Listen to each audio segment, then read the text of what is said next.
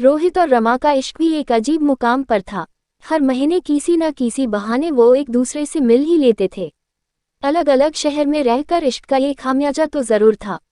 मुद्दतों बाद लम्हों के लिए मिलते थे, मगर इश्क का खुमार इस कदर था कि मिलते तो जरूर थे। अब के दिसंबर में 20 तारीख को मिलने का प्लान बना। तय ये हुआ कि रमा अपने घर में माता पिता और बेटी को ये बोल देगी कि यूनिवर्सिटी ने एक कॉन्फ्रेंस में भाग लेने के लिए उसे चुना है। कॉन्फ्रेंस दिल्ली में है। भोपाल शताब्दी की टिकट हुई है। इधर रोहित को 22 तारीख को सुबह की फ्लाइट से अहमदाबाद जाना था, मगर घरवालों को बताया कि 20 की शाम को फ्लाइट है। शाम की फ्लाइट है बोलकर रोहित घर से तकरीबन 7 बजे निकल गया। रमा की ट्रेन भी रात 10 बजे तक दिल्ली पहुंचती। रोहित ने सोचा 2-3 घंटे प्लेटफॉर्म पर गुजार लेंगे। मिलने के इंतजार में एक अलग ही मजा होता है। दिसंबर का महीना था। रोहित स्टेशन पर रमा को लेने पहुंचा। ठंड काफी थी और ट्रेन लेट। रात को 11 बजे रमा पहुंची। रोहित ने होटल पहले से ही बुक कर रखा था। रमा को देखते ही रोहित के चेहरे पर चमक आ गई। टैक्सी बुक करके दोनों होटल के लिए निकल गए। 2 महीनों की जुदाई के बाद कुछ खाने की भूख तो थी ही नहीं। दोनों होटल में पहुंचकर एक दूसरे में समा गए।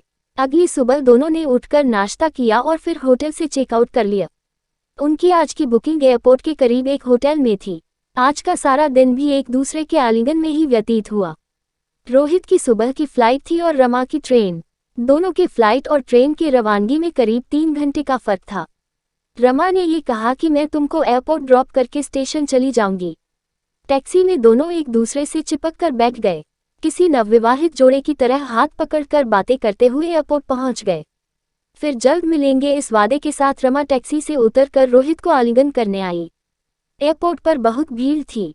टैक्सी वाले ने बोला, मेम साहब जल्दी चलिए, भीड़ हो रही है। तभी अचानक रोहित को ना जाने क्या हुआ और उसने रमा के चेहरे को पकड़कर होंठों पे होंठ रख दिए और किस करने लगा। दोनों ही लोग लाज से परे अपने इश्क का रसपान करने लगे, मानो कि फिर कभी मिलेंगे ही नहीं। रमा को फिर भान हुआ कि वो दोनों बाहर हैं। रमा रोहित के आलिंगन से अलग हुई, रोहित को बाईं बोला और टैक्सी में बैठ गई। आंख दोनों के ही छलक गई थी। रेया मिरा से ड्राइवर ने रमा की आंखों में प्रेम के मोती देख लिए। ड्राइवर अनायास ही बोल पड़ा, मैडम सर आपसे बहुत प्यार करते हैं। रमा ने भी हाँ में सिर हिलाया। तभी ड्राइवर फिर बोला, साहब और आप अलग शहरों में रहते हैं ना, एक ही शहर में नौकरी क्यों नहीं कर लेते? थोड़ा कम ज्यादा हो जाएगा मगर साथ तो रहेंगे। उद्धरण चिन्ह। रमा उसकी बातों पर मुस्कुरा बैठी, एक अफसोसजनक मुस्कुराहट। अब ड्राइवर को कैसे बताती कि इश्क है जो छुपते छुपाते निभ रही है, वरना 2 परिवारों को तोड़कर तीसरा परिवार बनाना कहाँ मुमकिन है।